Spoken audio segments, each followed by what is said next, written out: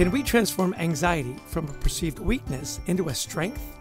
I'm Chester Elton, and this is my co-author and dear friend, Adrian Gostick. Well, thanks, Jess. Yeah, our culture tells us those who live with anxiety and depression cannot succeed, but our guest today tells a very different story. She says we need better models for leadership to help us get there. We hope the time you spend with us today will help remove the stigma of anxiety and mental health in the workplace and your personal life.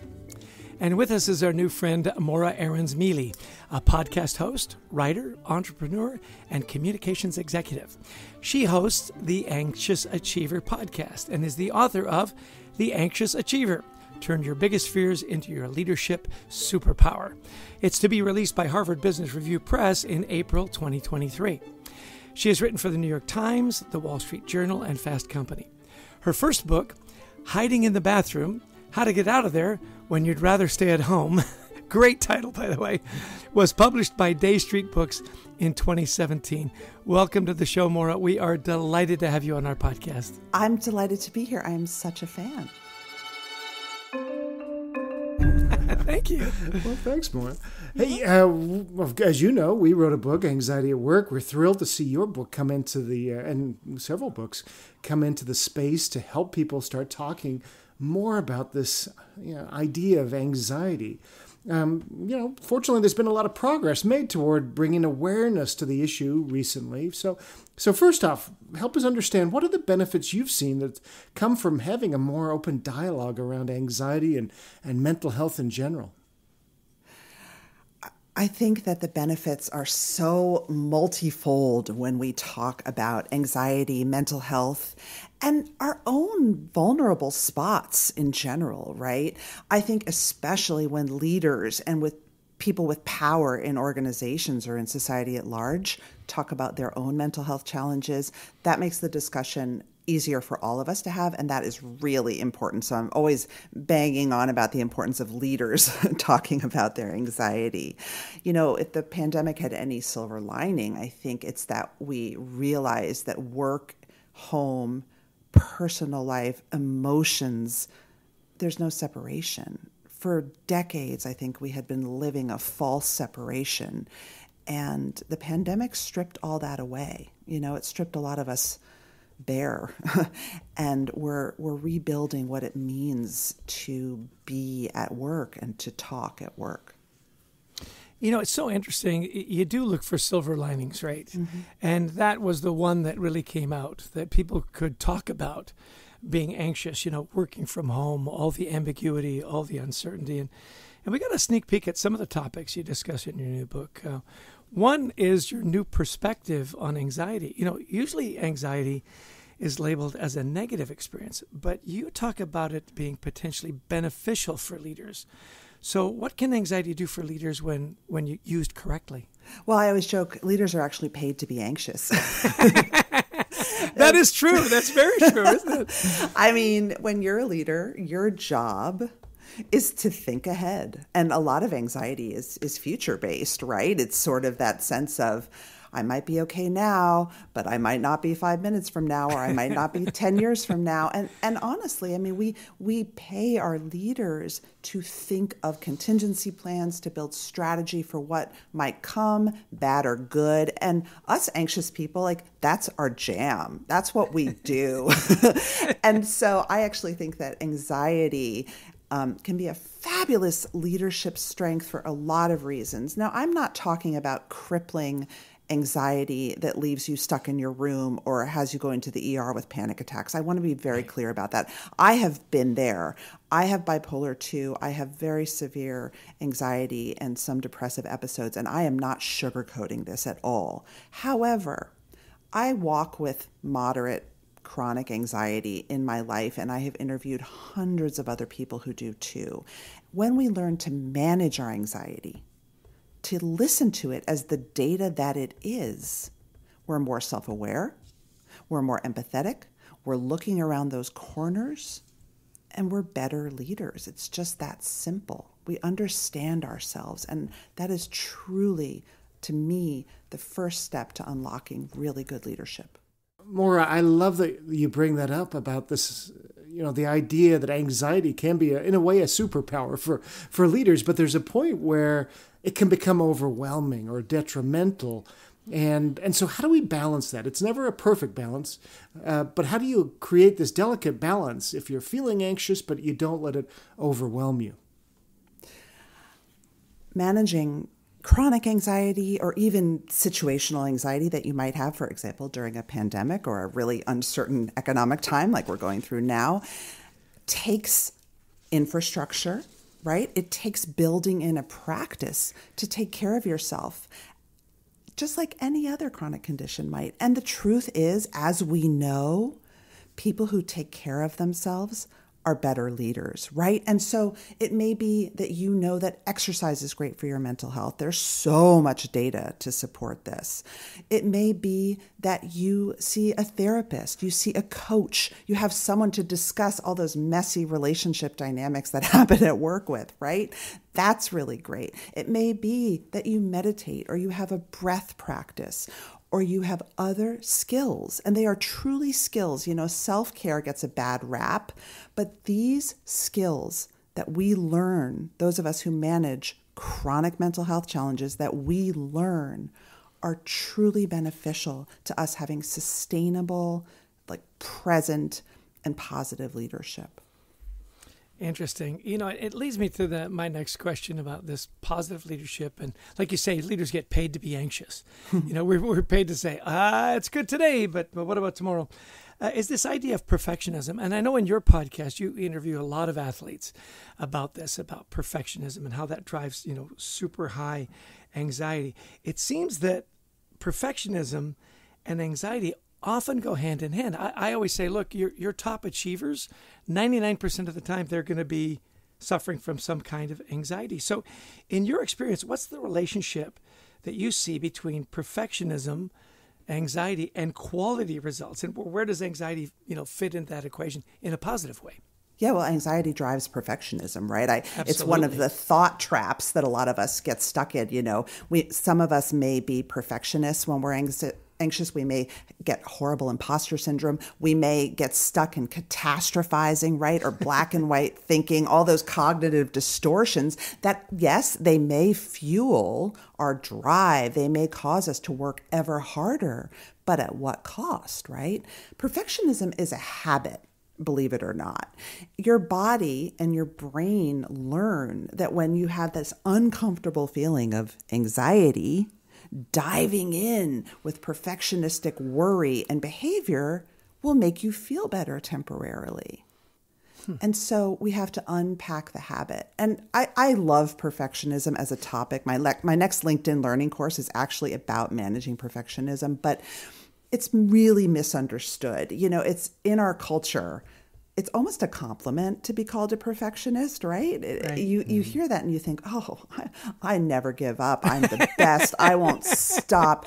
No, perfectionism is actually detrimental long term. It comes at a very high cost. And the truth is, a lot of perfectionists who basically base their self-worth in their work product, right, in what they feel they can produce, procrastinate. They avoid. They don't do great work because the stakes feel so high that it's almost impossible to take that work on. And so if you feel like you're working on a project and the stakes feel almost unimaginably high, that if you don't get it 100%, the consequences will be really dire, that might be perfectionism, and it's something that you might want to take a look at. Love that. It's such an important point. We've talked a lot about too, and like you say, it's so misunderstood. It's I'm a perfectionist is the answer we're supposed to give on the ubiquitous interview question. What's your biggest weakness? Right? and it's actually a terrible thing to be locked into. But we see so much of it with anxiety. First off, how can people learn a little bit? Can I say one more thing? Absolutely, more. I just want to say one more thing about perfectionism that I think is really important through the lens of leadership. Yeah. When you're a leader, you really can't be a perfectionist because perfectionism is brittle, right? It's conforming to old patterns. It's conforming to, I must do this and never fail. Yeah. But how do you evolve? How do you innovate? How do you grow? How do you try new things and deliver those groundbreaking decisions when you are stuck in such a rigid and brittle and frankly scary pattern of behavior? And so I want people to embrace imperfection, especially us anxious achievers. You can still, as Thomas Greenspun, who's an expert on perfectionist, says, you can still be excellent, but you don't have to be perfect.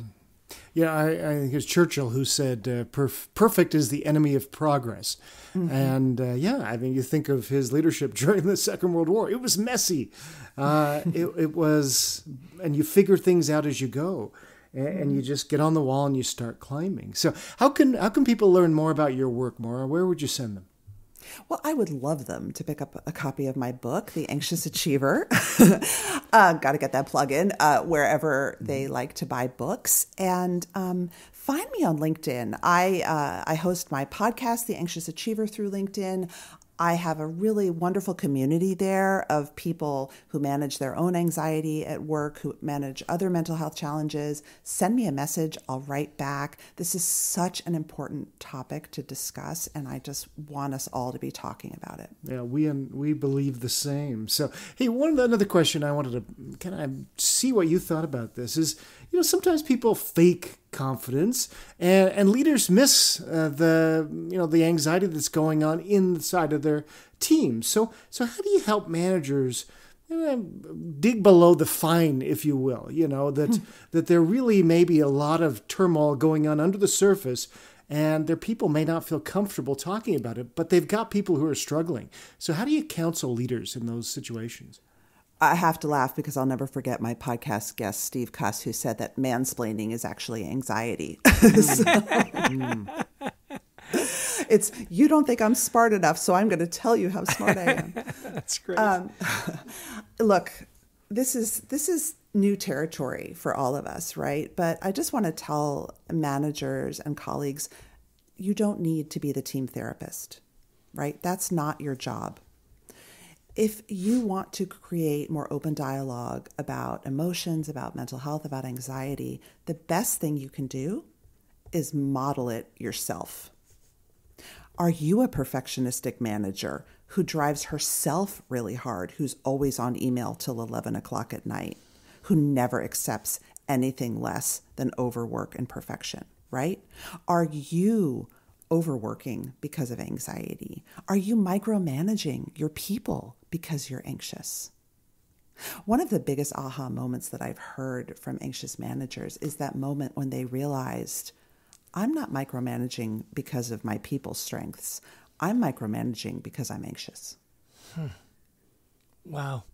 That is really insightful. And I really appreciate the mansplaining thing. I'll be Not personal. Now, Chester, let me explain to you what that means. Thank you, Adrian. Thank you so much. Hey, this has been delightful, Maura. And you talked about putting out guardrails and having routines and rituals and so on. We're always interested in high achievers like yourself. What are some of your rituals? How do you keep yourself, mentally in good shape and less anxious? I also have 3 school-age children and lots of pets and, like you, a really bustling schedule. So for me, it's essential. It's not a choice. I also have mental illness. If I don't manage it rigorously, I will end up in a very bad place. And so I take medication. It has been many years of fiddling with my meds. It has been, as my psychiatrist says, alchemy. So I take that very seriously. I go to regular therapy. Exercise is really, really important to me. I am one of those people, actually, sleep is less important to me than exercising. Some people really, really need to sleep. And the other thing that I have learned as I've gotten older is I really need people around me who I trust and who I care about and they care about me. Feeling lonely is really, really tough, especially when you're anxious. And so I make a really concerted effort to have people in my life. That's beautiful. Thanks for sharing that. We have taken a deep dive on just fulfilling lives. And, the great Harvard study by Robert Waldinger, that happy, long, and healthy lives are based in deep and meaningful relationships. Thank you for sharing that, because so often I think when we get anxious, we pull back. Yep. And we're alone, and we just go down that rabbit hole, and it gets worse and worse and worse.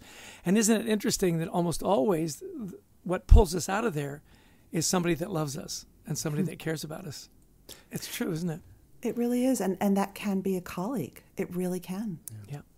And I think it's important we're talking about deep and meaningful relationships, because sometimes we try to force things. We try to get support from, and we just keep going back to the well, and the well may be dry. And so find people in your life who do lift you up. And I think that's a great point, Maura. This has been such a great conversation, so insightful. And I'm so glad that you are doing the work that you are to help. When we started talking about this a few years ago, we felt like we were the only ones talking about anxiety at work.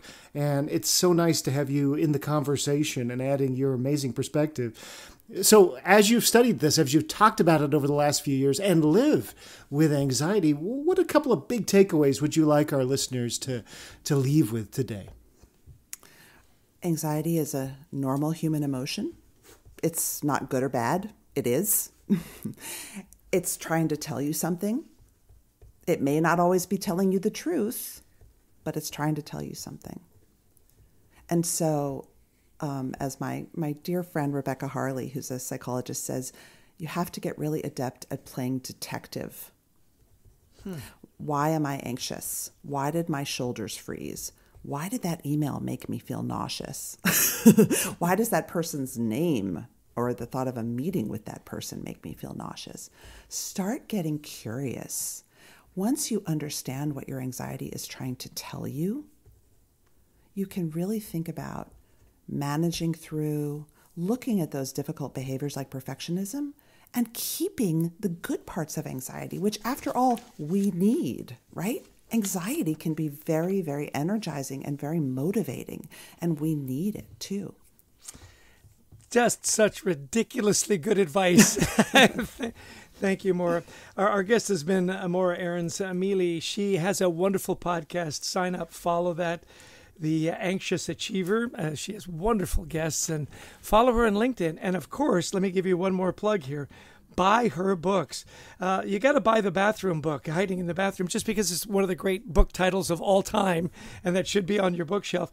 But her new book that comes out in April by the Harvard Business Review Press, Anxious Achiever, Turn Your Biggest Fears into Your Leadership Superpower. You want to be a great leader, you have some anxiety, it's a must read. Thank you so much for being on our podcast. You have been beyond delightful. Well, just amazing that somebody like Maura is in our space too. We talked about, a few years ago when we started this process that nobody was talking about anxiety at work, and now we've got Maura putting out a book, The Anxious Achiever, a podcast where she's interviewing, in many cases, celebrities, etc. And I just love that she's saying, now after the pandemic, if there's a silver lining, we can talk about this subject. Yeah. And that she was so open and vulnerable about her bipolar too. Yeah. I loved when she talked about her personal disciplines. We do that always at the very end. She really upfront, hey, I take my medication, I go to my therapist. Mm-hmm. Exercise for me is more important than sleep. Very open about it, that, therapy is a good thing, mm-hmm. that it took her a while to get her meds right. So often, people can get frustrated that it doesn't work right away. And so they ditch that. And I really appreciated her being just so vulnerable. The other one is that perfectionism is a habit. Manage that habit, right? Perfectionism, catastrophizing, which is a word we've heard before, which got to get you bonus points in Scrabble somewhere. And the imposter syndrome, that these are habits and that they're misunderstood. And you've got to manage those habits, which I thought was really insightful. Because sometimes we think, I'm a perfectionism, I can't do anything about it. Not true. I think that's a really good point. Because as she says, anxiety drives not only perfectionism, imposter syndrome, pushing ourselves, workaholism, a lot of things. And we tend to make that part of our culture. And we've talked about this before, that it's got to stop. We've got to realize our brains need time to decompress, whether we have anxiety or not. But her point is, look, every manager is anxious. We pay them to be anxious. Yeah, In I fact, love that. Yeah, and we do themselves a disservice. I remember when we studied, I think when we wrote All In, we wrote about the Denmark culture, where a manager is just another job. It's just a person who directs things, but there's no more prestige to this job, but there's also no more pressure or stress to that job. In North American cultures and many Western cultures, we put so much pressure on that manager to be perfect, to see everything down the pike. You look at sports teams. Who's the first person to get fired if they have a bad season? It's not the star athlete. It's the person who's managing them, right? It's the coach. I got to thinking about that. I thought, so if the manager I hired isn't anxious, am I paying them too much? Like, I'm paying you to be, if you're not anxious, what am I paying you for? My last takeaway that I loved was when she said, for her, managing her anxiety and mental health is she needs people. Mm-hmm. She needs people around her. And I love that, because so often we push away because we don't feel worthy. We don't feel like we want to burden people with that, when in reality, our best friends, the people that care about us the most, that's the burden they want to carry. They want to be helpful. Yeah. I thought it was a lovely way to end the podcast. It was. Yeah, I think my last thought was her last thought as well. And, she's summarizing a lot of work that she's done and just saying, look, anxiety is normal, but it's telling us something. And instead of getting overwhelmed by it, thinking through, okay, I'm feeling overwhelmed by making this presentation. What's that telling me? Am I not prepared? Do I not know the subject? Is there something going on behind the scenes? Am I worried about somebody in the room? What can I do beforehand? And you play this role of detective to figure out, why is this causing this? And is this something that I should process or something I should just let go? And that's what great detectives do. They take in all the information before they make decisions. Instead of, it must be Stan's in there. Stan always makes me nervous. No, there's something else going on. You keep digging until you really figure out what's going on. That's really powerful. Yeah, the curiosity piece. Yeah. Well, as always, we want to thank our wonderful producer, Brent Klein, who takes the mess that we put together in these pre-records and makes it sound wonderful and engaging and spectacular. And of course, Christy Lawrence, who helps us find all these amazing guests. And all of you that tune into our podcast. We so appreciate. Everybody's busy, that you would take the time. We don't take that for granted. We certainly do. We also love to speak on anxiety, culture, leadership. So, please give us a call. We'd love to talk about your event, whether it's virtual or in person. Pick up a copy of our book, Anxiety at Work. And don't forget to visit thecultureworks.com for some free resources. Yeah, and share this podcast with your friends and family. If it helped you, it might help them. And that's what we're really all about, is to help people manage their mental health and their anxiety. Well, Adrian, another wonderful podcast. Always great to see you, my friend. You are one of those people in my life that when I get anxious, I make sure I don't call. Because, let's face it, you make me anxious. Hey, everybody, have a great week. I was going to say something nice after that. Take care, everybody. Be well. Cheers. Thanks, everybody.